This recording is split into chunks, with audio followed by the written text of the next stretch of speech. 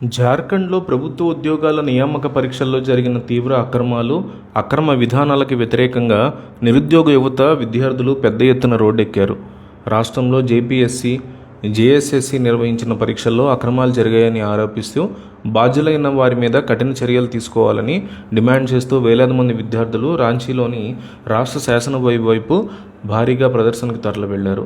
ప్రభుత్వం నుంచి స్పష్టమైన హామీలు రాకపోవడంతో విధాన్ సభ ఘేరావ్ అంటే అసెంబ్లీ ముట్టడి కార్యక్రమానికి పిలుపునిచ్చి నిరసనని తీవ్రతరం చేశారు.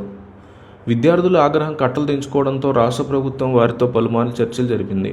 కంబైన్డ్ గ్రాడ్యుయేట్ లెవెల్ పరీక్షను తక్షణమే రద్దు చేయాలని, ఈ అక్రమాల వెనుకున్న సూత్రధారులను తేల్చేందుకు కేంద్రీయ దర్యాప్తు సంస్థ చేత విచారణ జరిపించాలని బాధితులు డిమాండ్ చేస్తున్నారు.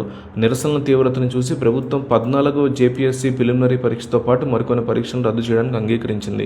అయినప్పటికీ తమ అన్ని ప్రధాన డిమాండ్లు నెరవేరే వరకు ఆందోళన విరమించేది లేదని విద్యార్థి సంఘాలు స్పష్టం చేస్తున్నాయి.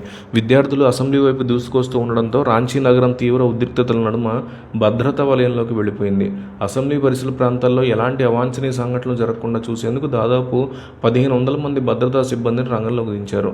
కొత్త శాసనసభ భవనం చుట్టూ 750 మీటర్ల పరిధిలో నిషేధాజ్ఞలు విధించారు.